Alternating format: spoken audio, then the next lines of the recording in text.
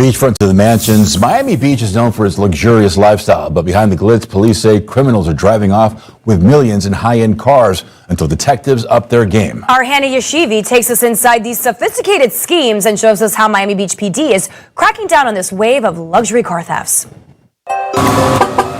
Anya Goldberg remembers the first time vividly. One evening, I had left the keys in the car and woke up the next morning. The car was missing. Sadly, this is not an isolated incident. Thieves targeted her 2 more times. The key was left in the car, but it was during kind of broad daylight, and it had been raining earlier, which... Yo, how you get robbed twice, baby girl, and you didn't learn the lesson the first time? This is what I call people who live very privileged a long time and really they don't know the tragedies of life. Because anybody that's coming from any disproportional community and now they're living a good life will definitely still lock their keys out of their car and not leave it in their car. By the way, she ain't that bad though. Is why I kind of ran out of the car quickly. If you think Anya's story is unique, think again. Folks don't feel safe. Their cars getting stolen. Miami Beach Police Chief Wayne Jones told me earlier this year his team noticed an uptick in luxury car thefts. And the pattern is clear. So that's one G open and the Rolls Royce in the driveway open. That G-Wagon there, I think is what it is likely unlocked because of the extended outside windows. To reverse that trend, detectives created an information campaign for residents. Make sure your vehicle is... Yo, they created a commercial just to let residents know it's no joke out here. There's thieves taking your car. Like, why would you leave your car open? I get it. You know, when you live in an area and it's such a nice area, you feel like nothing can happen, but there's always bad elements from other neighborhoods coming into your area. There's always. That's why there's a such thing as gated communities. You got to lock it up. You got to lock it up. You can't leave your car unlocked. A high-end vehicle, we all know those are the most wanted cars that goes to the docks. You come to Jersey. At one point, Jersey was like the capital of car stealing. I'm actually an expert on this topic because I'm originally from Irvington, Newark, New Jersey, and I'm gonna tell you, for y'all that don't know, you can watch it in the movies, you can watch it on a commercial, you can watch it in, I'm gonna tell you. Back in the day, and I'm talking about in the 90s, early 2000s, literally, I could come outside. I remember being a kid, and I come outside just to see the stolen cars roll by. Just to see the stolen cars do donuts. That's how much it happened in Newark, New Jersey, literally. That was the stolen car capital. I don't think it is anymore.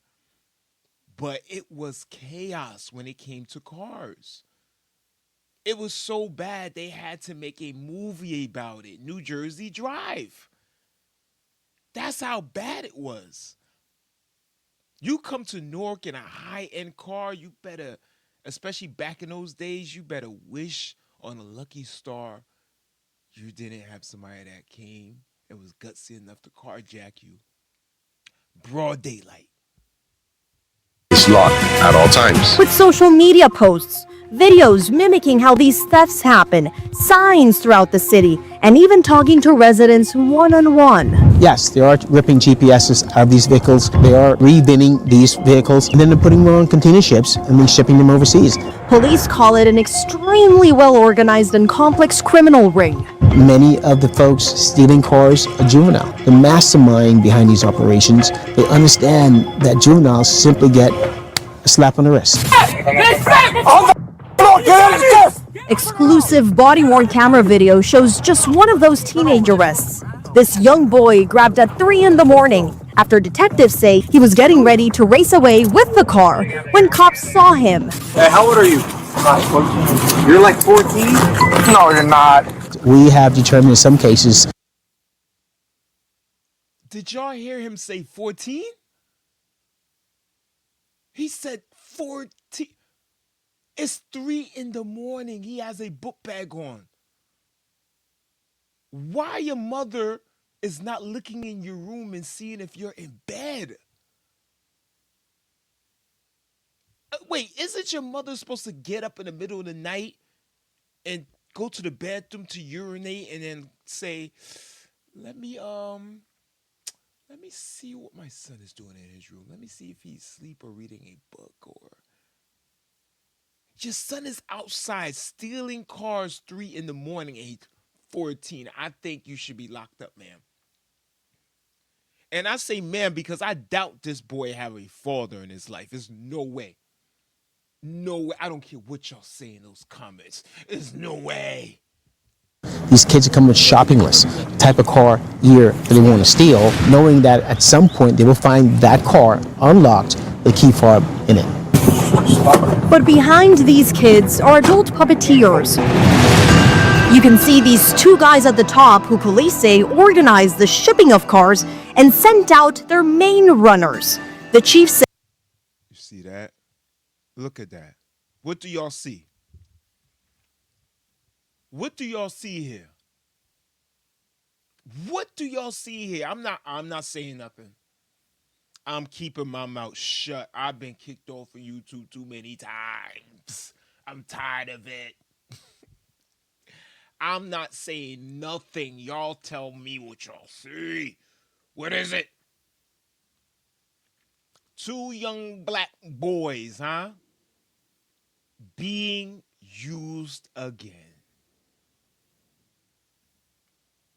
Being used again. You know, a man told me a story. He said, yo, if you a white man coming from a particular area and you want some things done that may be illegal, you go to the parts of the town where there's already chaos. And you go to the people who's already pointed to and already make bad decisions. You see, they always say the white man made me do it, but did you have to say yes to the white man? says each of these runners have their own younger runners, and the list goes on and on. And they'll sell a $250,000 car for $5,000 to someone who then sells it for $25,000, who then sells it for $50,000, who then sells it to the end buyer user, $75,000, $250,000 car. Everybody in between makes money. Everybody wins, except the victim. So far, Miami Beach police say it's recovered more than Wow, that's a good breakdown. That's a good breakdown of how it's done, because it makes sense, because the person who steals it is not getting the 250,000. The person who steals it is going to get 2,000, 3,000. Then that person that get it is going to sell it to somebody else for maybe like 20, 40K. Then that person with the 20, 40K, they're going to sell to somebody else for 80K, because these are high-end vehicles. You see, what y'all don't understand, there are people out there that never drove high-end vehicles or never had a car that's even a little bit close to high-end. What y'all don't get is that the value of these cars go up. They're like the housing market. They're like the housing market. What you bought when you bought it at the low price, at the end of the day, it could be a high price, but this also dips. This also dips in that market. For example, I'm gonna tell you, the Lamborghini truck. At one point, my boy, when he first got that truck, he got it for about